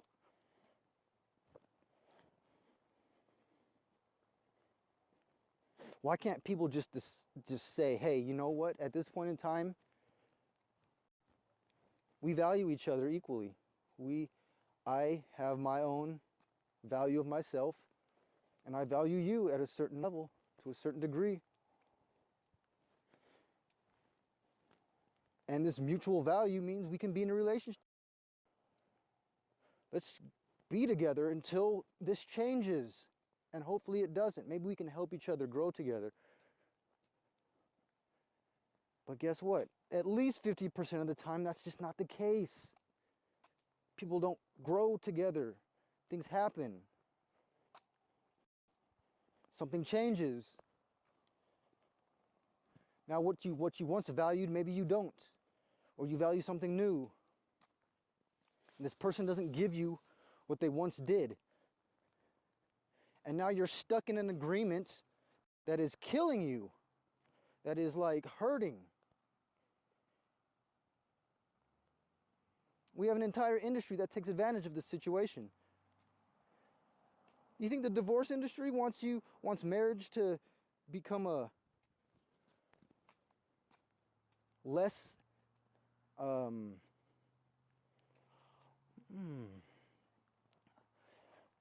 Do you think that marriage doesn't make money for some? People take advantage of the pain of relationships and agreements. They can take advantage of people.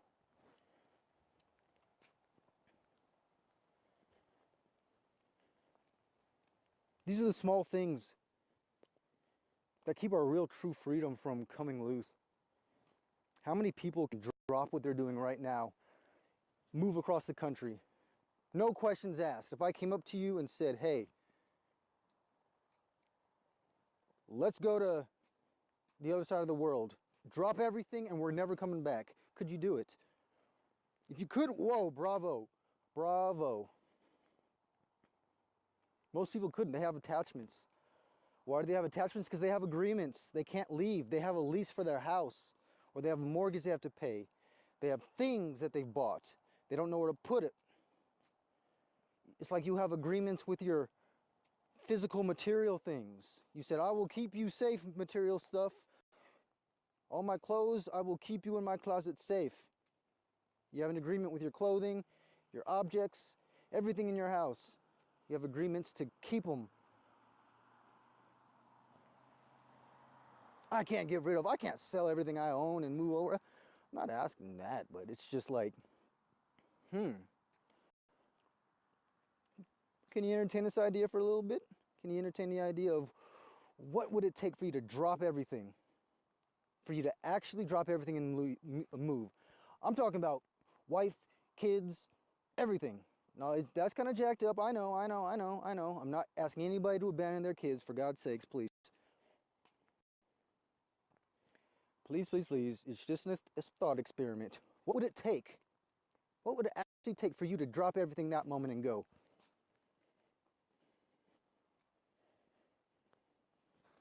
How much would it take? Is it even possible? Could you even fathom it? Are you caught up in something that you just can't leave? Is that an impossibility for you? Literally in your mind. These are the types of things that keep us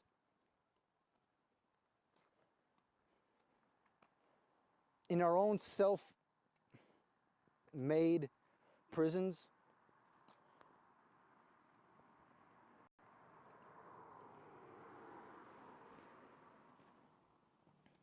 The other self-made prisons is how we police ourselves.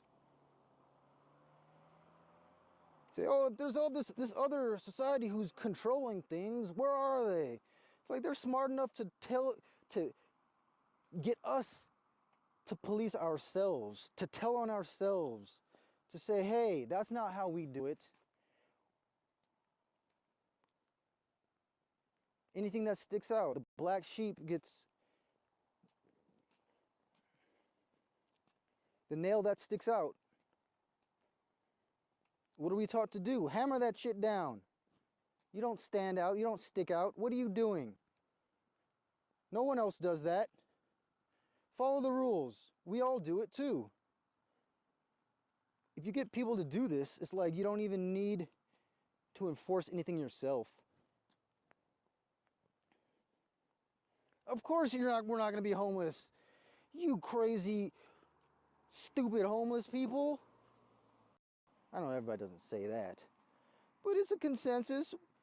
Don't act like you don't kind of just turn your head a little bit when you see it. It's just how it is. We're taught to think this way about different people. And in turn, we're taught to accept shame.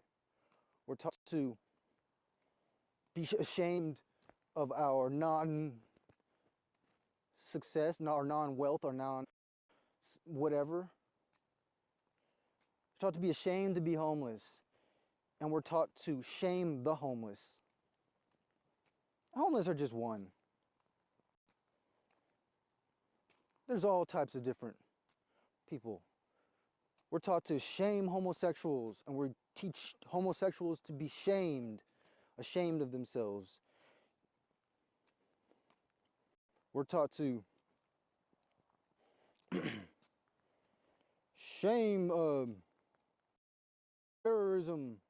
Oh, actually, that's not the same thing. That's a whole different subject.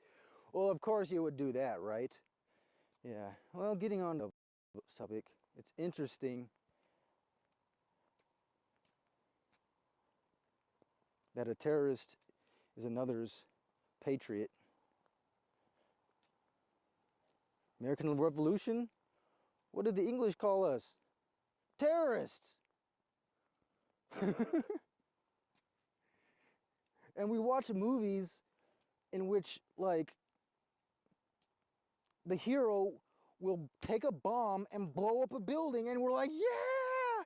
You beat the enemy! You got the bad guy! You're the hero! Woo! You blew it up! Isn't that, like, terrorist behavior? No, but we're the good guys and they're the bad guys. That's the difference. If you blow something up and you're a good guy, you're a hero.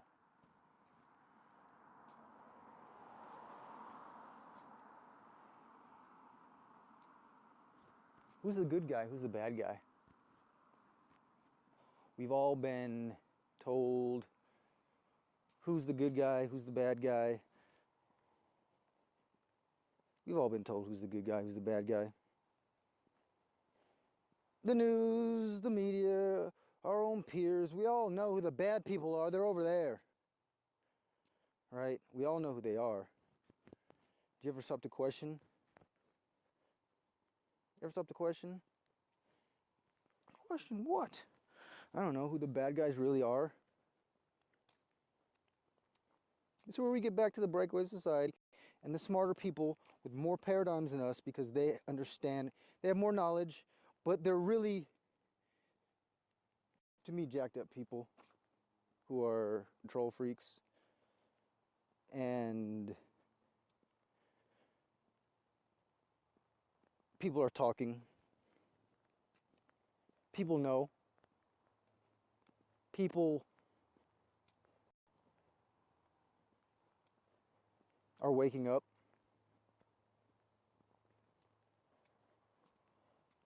But even with people waking up, there's still traps in between. There's still divisions in which we're told to hate this group, demonize this group, because they're the enemies. The enemies, it's them. No, no, no, no, no. Believe me, when you find out who the real enemy is, it'll be the last one on the news. First of all, if you turn on any type of mainstream media and you think you're getting any type of real enemy or real threat, something like that, it's not the case. It's not the case. They're too smart for that. They know how to twist the truth.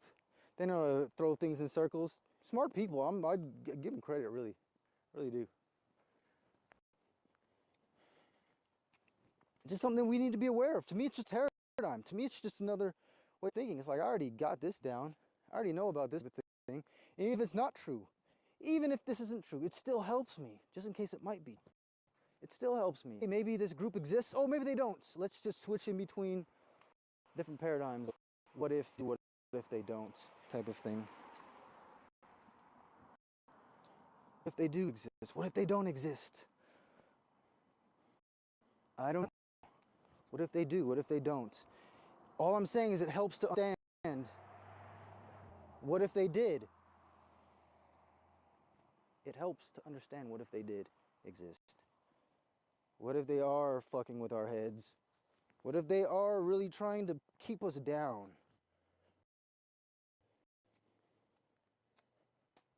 What if the thing that they want the least is people to be truly free and feel free and feel like they don't have obligations. They don't have things they have to do. They don't have things that are distracting them from discovering. Distraction is a very big aspect. I get to my earlier point of giving people purpose. Why don't people seem to have purpose? Why do all these homeless people seem to just to have no purpose, no goals, no aspirations? It's because they're busy trying to survive. And we just let them be out there because they're our new enemy now, because we know who the enemy are. So people get jobs and don't contribute. They want to contribute. They just don't know what they want to do with their lives because they're busy doing other things. And we go and shame them. We police ourselves. We put down our own people.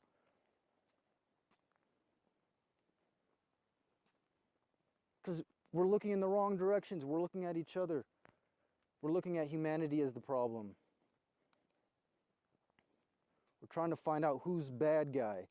And I'm not saying that there's not bad guys out there. It's that they're hidden. It's like finding Where's Waldo in a huge sea of people. And everybody's pointing and said, that's Waldo over there, that's Waldo, and you don't know what Waldo looks like yet. Imagine trying to win that game. Where's Waldo? I don't know. What does he look like? I don't know. What if I give you a bunch of tips and tricks to find him?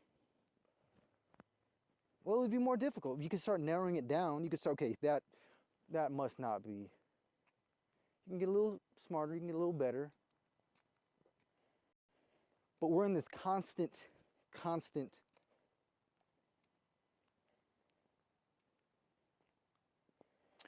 blaming each other for these problems, not realizing where the source of these issues comes from.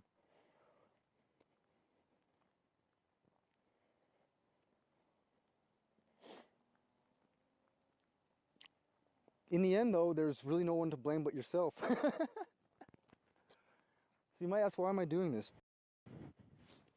Why am I actually doing this? Well, I'm just really thinking out loud. This is me just saying, I'm not going to keep silent anymore. This is my me too. What does that mean? I'm going to talk. And I'm going to keep talking. And I'm going to just talk. Why? Because I don't care anymore. I used to care. Is somebody listening to me out there? Is somebody listening to me? I used to care. What are they thinking about me? Do they think I'm some crazy homeless person just talking to themselves? This crazy hobo just walking around talking to themselves? Do they care? Do they think badly of me? I used to think about those types of things. I used to shame myself for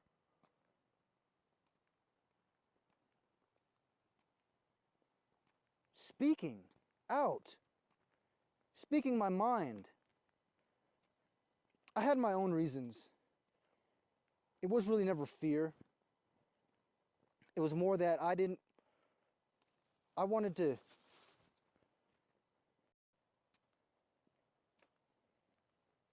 offend anybody, of course. I don't want to